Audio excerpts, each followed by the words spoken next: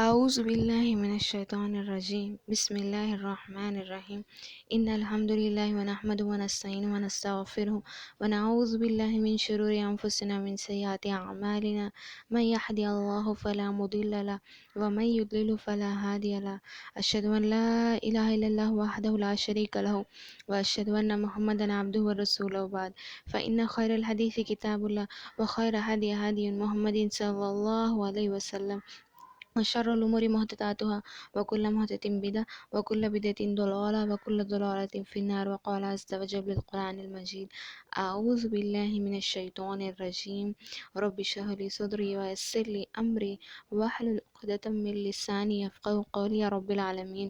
اللهم صل على محمد وعلى آل محمد كما صليت على إبراهيم وعلى آل إبراهيم إنك حميد مجيد. اللهم بارك على محمد وعلى آل محمد كما باركت على إبراهيم وعلى آل إبراهيم إنك حميد مجيد. رب یسر ولا تعسر وتمم بالخیر یا رب العالمین. سب کو السلام علیکم ورحمۃ اللہ وبرکاتہ. الحمدللہ ہم لوگوں نے 45 سے بھی زیادہ ایپیسوڈز کمپلیٹ کیے ہیں الحمدللہ. اور اس بار ہم لوگ محمد صلی اللہ علیہ وسلم کے بارے میں جنگ احد کے بارے میں دیکھ رہے تھے. کیسے جنگ احد میں محمد صلی اللہ علیہ وسلم اور صحابہ رضی اللہ اجمعین کو جنگ میں فتح نہیں ملتی اور بہت سارے لوگ 70 صحابہ شہید ہو گئے تھے. جنگ احد میں 70 صحابہ شہید ہو گئے تھے. بہت زیادہ نقصان تھا. محمد صلی اللہ علیہ وسلم جب حمزہ رضی اللہ عنہ اور مصعب بن عمیر رضی اللہ عنہ کو دیکھتے بہت زیادہ رو رہے تھے. اور محمد صلی اللہ علیہ وسلم کو بھی بہت زیادہ اذیت تکلیف دی گئی اس جنگ میں. اور محمد صلی اللہ علیہ وسلم کے گال میں دھسیاں چبا دی گئی جس کو ابو عبیدہ عامر ابن جراح رضی اللہ عنہ ان کے دھسیاں نکالتے ہیں اپنے دانت سے. تو جس کی وجہ سے ابو عبیدہ عامر ابن جراح رضی اللہ عنہ کی دانت سامنے کے جو دانت ہے وہ ٹوٹ جاتے ہیں محمد صلی اللہ علیہ وسلم کی گال میں دھسیاں نکالنے کی وجہ سے. اس کے بعد ابو عبیدہ عامر ابن جراح رضی اللہ عنہ کے یہ جب دانت شہید ہو گئے محمد صلی اللہ علیہ وسلم کے راستے میں، ان کی آواز اس کے بعد اس سے بھی زیادہ خوبصورت ہو گئی تھی. مطلب جیسی پہلے تھی ان کی آواز، جب وہ پھر بولتے تھے بہت زیادہ خوبصورت ہو گئی تھی ان کی آواز. اس کے بعد جب بھی وہ بولتے تو بہت خوبصورت بولتے تھے. تو اللہ تعالیٰ انہیں یہ تحفہ دیے کیونکہ انہوں نے اللہ اور اس کے رسول کی محبت میں کیا. تو اللہ تعالیٰ کبھی بھی جو بھی اللہ اور اس کے رسول کی محبت میں جو کرتا ہے اس کو ضائع نہیں ہونے دیتا. تو اس کے بعد ابو عبیدہ عامر ابن جراح رضی اللہ عنہ کی آواز اور بھی زیادہ خوبصورت ہو گئی تھی. اور یہ صحابہ رضی اللہ عنہ اجمعین فرماتے ہیں اس کے بعد ابو عبیدہ عامر ابن جراح کی آواز اس سے بھی زیادہ سریلی اور اچھی ہو گئی تھی کہہ کر. تو اس کے بعد اس دن جنگ احد کے دن ابو دجانہ رضی اللہ عنہ کے بارے میں ہم لوگ بولنا بھول گئے تھے. جنگ احد میں محمد صلی اللہ علیہ وسلم تلوار نکالتے ہیں اور کہتے ہیں کہ کون اس کا حق ادا کرے گا کہہ کر. تو زبیر ابن عوام رضی اللہ عنہ کہتے ہیں کہ یا رسول اللہ یہ مجھے دیجیے. تو محمد صلی اللہ علیہ وسلم خاموشی اختیار کرتے ہیں. زبیر بن عوام رضی اللہ عنہ دوسری بار پوچھتے ہیں، محمد صلی اللہ علیہ وسلم خاموشی اختیار کرتے. تیسری بار پوچھتے ہیں، محمد صلی اللہ علیہ وسلم خاموشی اختیار کرتے. پھر ابو دجانہ رضی اللہ عنہ پوچھتے تو محمد صلی اللہ علیہ وسلم انہیں دے دیتے ہیں. زبیر بن عوام رضی اللہ عنہ کو یہ دیکھ کر بہت تکلیف ہوتی ہے کہ رسول صلی اللہ علیہ وسلم مجھے کیوں نہیں دیے کہہ کر. پھر جب جنگ احد میں جس طرح ابو دجانہ رضی اللہ عنہ اس تلوار کے حق ادا کرے تھے اس تلوار کا، تو اس دن زبیر بن عوام رضی اللہ عنہ کہتے ہیں کہ واللہ سچ میں رسول صلی اللہ علیہ وسلم نے مجھے اسی لیے نہیں دیا کیونکہ ابو دجانہ اس کا حق بہت زیادہ ادا کر رہا ہے، شاید میں ایسا حق اس کا ادا نہیں کر سکتا کہہ کر زبیر بن عوام رضی اللہ عنہ فرماتے. تو اس کے بعد یہ جنگ میں بہت زیادہ صحابہ شہید ہوتے ہیں. ان کو کس طرح دفنایا گیا تھا ایک کے بعد ایک ہم لوگ دیکھے تھے. ان کے خیرات کے انہوں نے جس طرح قرآن کو یاد کیا تھا اس کے بنا پر وہ لوگوں کو ایک ہی قبر میں دفن کیا جا رہا تھا. اور محمد صلی اللہ علیہ وسلم حمزہ رضی اللہ عنہ کے وفات پہ شہادت پہ بہت روئے اور اتنا روئے رسول صلی اللہ علیہ وسلم. باقی کے پورے مدینے کی عورتیں آ کر محمد صلی اللہ علیہ وسلم کے رونے میں شریک ہونا چاہتی تھی اور وہ لوگ نوحہ کر رہے تھے، وہ لوگ اپنے بال کھینچ رہے تھے. اور وہ لوگ کفر کے الفاظ ادا کر رہے تھے. تو اسی وقت محمد صلی اللہ علیہ وسلم نے نوحہ کرنے سے منع کیا ہے. مطلب یہی وہ وقت تھا جب حمزہ رضی اللہ عنہ کی شہادت پہ ہی محمد صلی اللہ علیہ وسلم نے عورتوں کو نوحہ کرنے سے منع کیا ہے. نوحہ کرنا، چیخنا چلانا، یعنی کہ کفر کے الفاظ کرنا کہ اے اللہ یہ انہیں کرنا تھا، ایسا ہونا تھا، مطلب ایسے الفاظ ادا کرتے نا، اس کو نوحہ کہتے ہیں. نوحہ کرنا یہ کب حرام ہوا تھا؟ یہ حمزہ رضی اللہ عنہ کی شہادت پہ. تو اس طرح محمد صلی اللہ علیہ وسلم کو بہت تکلیف ہوتی ہے حمزہ رضی اللہ عنہ کی شہادت پہ، کیونکہ محمد صلی اللہ علیہ وسلم بہت محبت کرتے تھے اپنے اس بھائی سے، اپنے اس چاچا سے. اس کے بعد اب لوگوں کو بتایا جا رہا تھا مدینے میں کہ کیسے ان کے لوگ شہید ہوئے. مصعب بن عمیر رضی اللہ عنہ، سلمہ بنت امیس رضی اللہ عنہ کو بتایا جاتا کہ ان کے شوہر حمزہ رضی اللہ عنہ شہید ہو گئے، اور مصعب بن عمیر رضی اللہ عنہ کی بیوی حمنہ بنت جہش رضی اللہ عنہ، یہ محمد صلی اللہ علیہ وسلم کی پھوپھیری بہن بھی تھے، حمنہ بنت جہش رضی اللہ عنہ، اور آگے چل کر یہ محمد صلی اللہ علیہ وسلم کی سالی بھی بنیں گے. مطلب ان کی بہن سے محمد صلی اللہ علیہ وسلم آگے چل کر نکاح کریں گے. اور یہ نکاح اللہ تعالیٰ نے خود کرایا تھا، یہ نکاح رسول صلی اللہ علیہ وسلم نے نہیں کیا تھا. سبحان اللہ.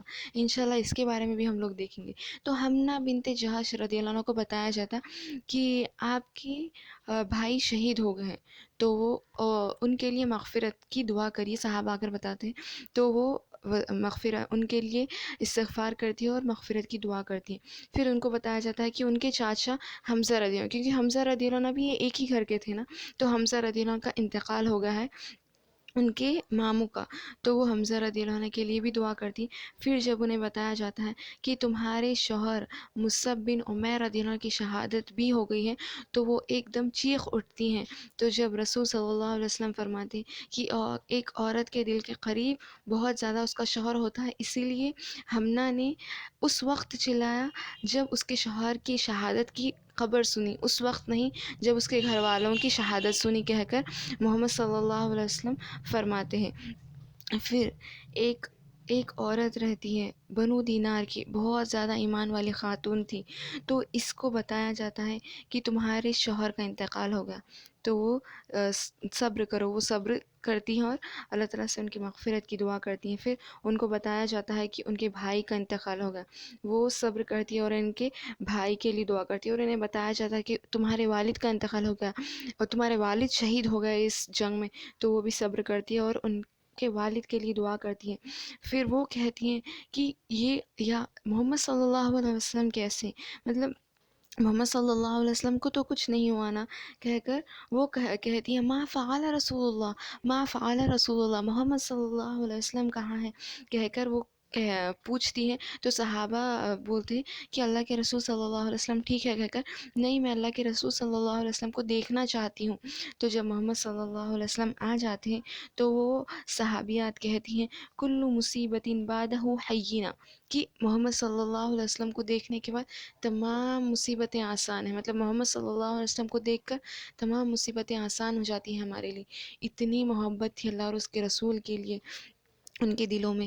اور عائشہ رضی اللہ عنہ فرماتی ہیں ایک بار محمد صلی اللہ علیہ وسلم سے انہوں نے پوچھا تھا کہ اللہ کے رسول صلی اللہ علیہ وسلم آپ کی زندگی میں جنگ احد سے بھی بدترین دن کوئی ہے کیا؟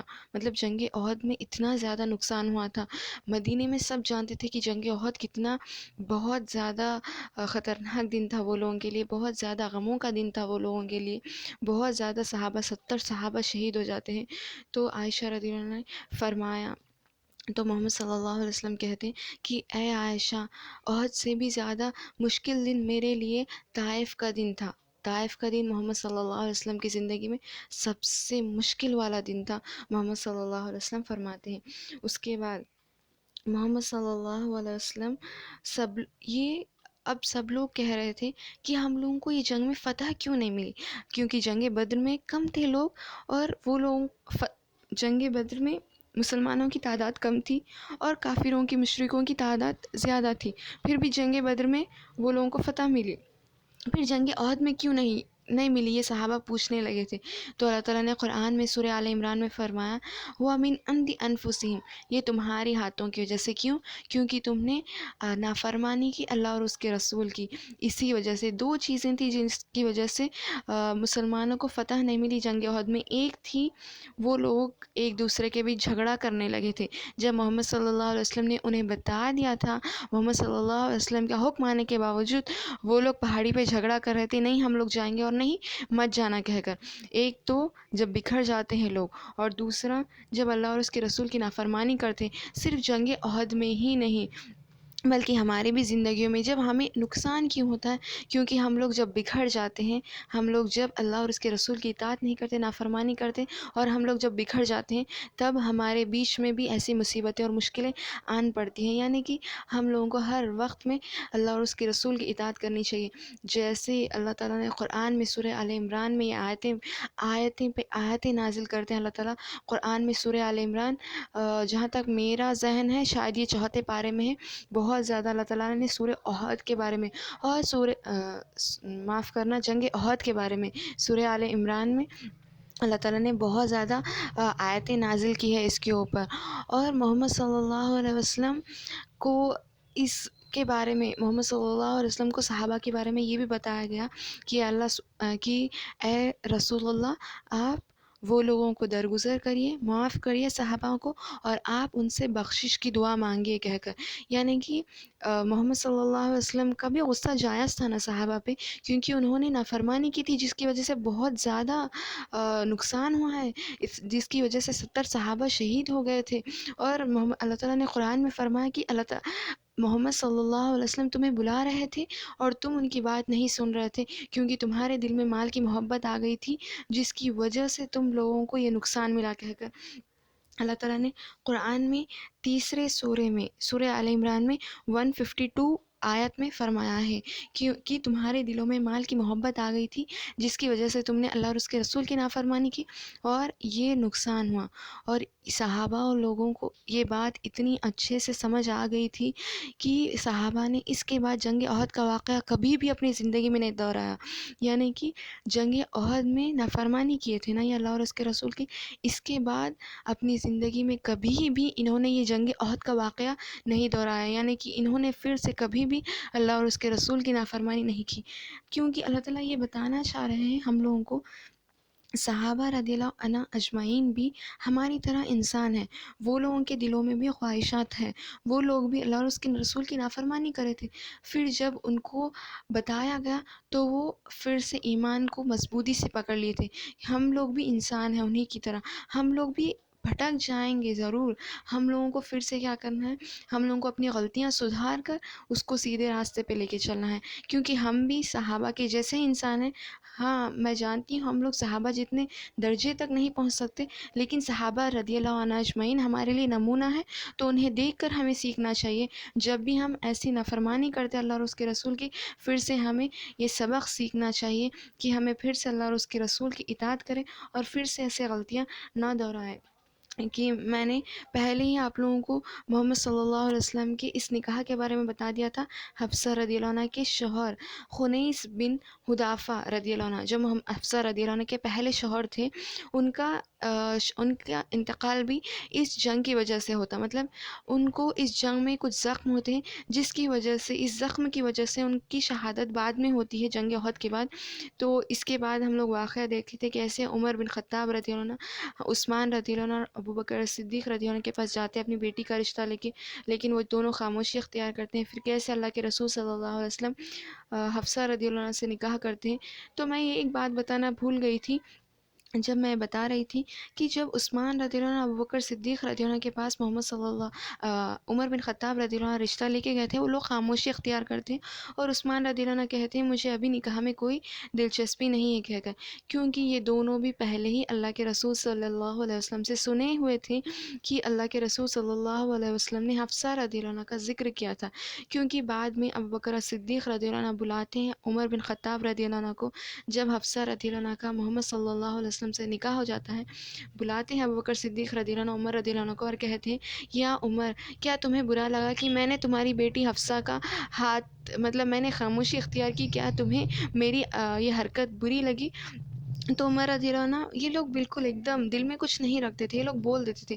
تو عمر بن خطاب رضی اللہ عنہ کہتے ہیں ہاں مجھے برا لگا ابوبکر، تمہیں کچھ تو بولنا چاہیے تھا، جیسے عثمان نے کہا ویسا تو تمہیں جواب دینا چاہیے تھا، تم نے کچھ نہیں کیا، کہا مجھے برا لگا. تو ابوبکر صدیق رضی اللہ عنہ فرماتے ہیں کہ یا عمر، میں نے محمد صلی اللہ علیہ وسلم سے پہلے ہی سن رکھا تھا کہ انہوں نے حفصہ کا ذکر کیا ہے، تو میں نہیں چاہتا تھا کہ جس کو اللہ کے رسول صلی اللہ علیہ وسلم نے جس کا ذکر کیا میں اسے نہیں چاہتا تھا، اور میں یہ بات تمہیں اسی لیے نہیں بتایا کیونکہ میں نہیں چاہتا تھا کہ اللہ کے رسول صلی اللہ علیہ وسلم کی کوئی بھی بات کو میں ان سے پہلے تمہیں بتا دوں، مطلب میں نہیں چاہتا تھا محمد صلی اللہ علیہ وسلم کے راز کھولوں، اس لیے میں نے تمہیں خاموشی اختیار کی تھی کہہ کر ابوبکر صدیق رضی اللہ عنہ کہتے ہیں.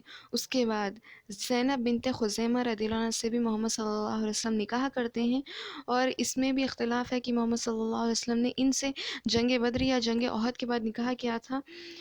تو زینب بنت خزیمہ رضی اللہ عنہ کو ام المساکین کہا جاتا ہے. ام المساکین مطلب مسکینوں کی ماں، اتنا زیادہ مسکینوں کی مدد کرتے تھے یہ. حالانکہ تمام کے تمام امہات، تمام کے تمام رسول صلی اللہ علیہ وسلم کی بیویاں غریبوں کی، یتیموں کی، سب کی مدد کرتے تھے، لیکن ان کی خاصیت تھی اسی لیے ان کو ام المساکین کہا جاتا ہے. زینب بنت خزیمہ رضی اللہ عنہ کو ام المساکین کہا جاتا تھا، یعنی کہ مسکینوں کی ماں، بہت زیادہ یہ مسکینوں کی مدد کرتی تھی. اور پتہ ہے ابو المساکین کس کو کہا جاتا ہے؟ جعفر بن ابی طالب رضی اللہ عنہ کو ابو المساکین کہا جاتا ہے، یعنی کہ مسکینوں کے والد، یعنی کہ یہ بھی مسکینوں کو بہت زیادہ مدد کرتے ہیں. یہ جعفر رضی اللہ عنہ کون ہے؟ یہ علی بن ابی طالب رضی اللہ عنہ. ہم ایک بار آپ لوگ پچھلے ایپیسوڈس کو یاد کریں گے تو اب جب لوگ حبشہ گئے تھے تب وہاں پر سورہ مریم جو پڑھ کے سنائے تھے نا، جو محمد صلی اللہ علیہ وسلم دوسری بار جو حبشہ ہجرت کرے تھے ان کے امیر جس کو بنائے تھے وہ جعفر رضی اللہ عنہ ہی تھے. تو وہی جعفر رضی اللہ عنہ کو ابو المساکین بھی کہا جاتا ہے. تو ان سے نکاح ہوتا ہے. پھر یہی تیسری ہجری میں بہت زیادہ مبارک پیدائش ہوتی ہے، حسن بن علی رضی اللہ عنہ کی پیدائش ہوتی ہے اس سال میں 3 ہجری میں، یعنی کہ ہجرت کے تیسرے سال حسن رضی اللہ عنہ پیدا ہوتے ہیں، جو محمد صلی اللہ علیہ وسلم جن سے بہت محبت کرتے تھے. اس کے بعد یہی ہجری ہے جس میں شراب کو حرام کیا گیا. اس کے بعد آگے کیا ہوا انشاءاللہ اگلے ایپیسوڈ میں دیکھیں گے. سبحان ربک رب العزت عما یصفون والسلام علی المرسلین والحمد للہ رب العالمین. السلام علیکم ورحمۃ اللہ وبرکاتہ. جزاکم اللہ خیرا.